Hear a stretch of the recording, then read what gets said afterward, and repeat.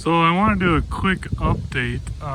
Last time I showed the video of this, it was not level at all. The pool was not level.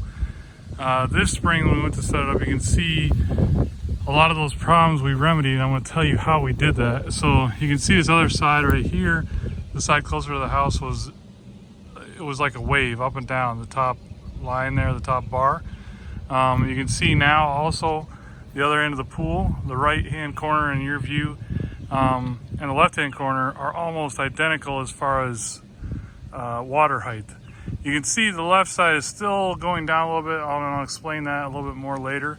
But what we did was we counted the number of legs all the way around the pool and went to Home Depot and purchased some blocks, some pavers, and I'll try to put a link in at the bottom of the video for that. But they're 12 inches by 12 inches, and I think it's 1.5, at least 1.5 inches thick. But that way we put one underneath of each of these legs, and then we leveled that all the way around. So we started here because we knew that was the high corner, and went all the way around. And since last year, we've also added a propane tank and a propane heater, which I'll post another video about later. But that actually, it's a Hayward heater, and it's works really, really well. We're actually, the reason for the trench is we're getting ready to bury a natural gas line to it, which will run a lot more efficient. This end is the low end, still a little bit lower than the rest, but it's a lot better. You can see here, try to get a good shot of this. Underneath of the carpet, you can see we actually had to build this up a little bit with some boards and then some sand.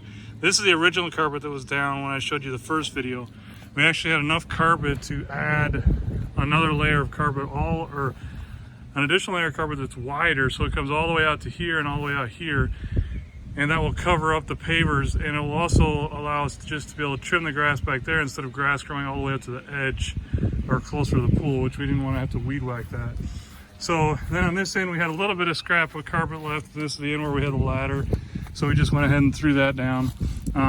This end being the lower end, underneath these pavers, we had to dig deeper holes and put in a landscaping block, sometimes vertical, sometimes horizontal. Put gravel down first, then the landscaping block, then the paver on top of that. Just trying to keep this corner built up a little bit more than what it needed to be. But I'll show you this side again.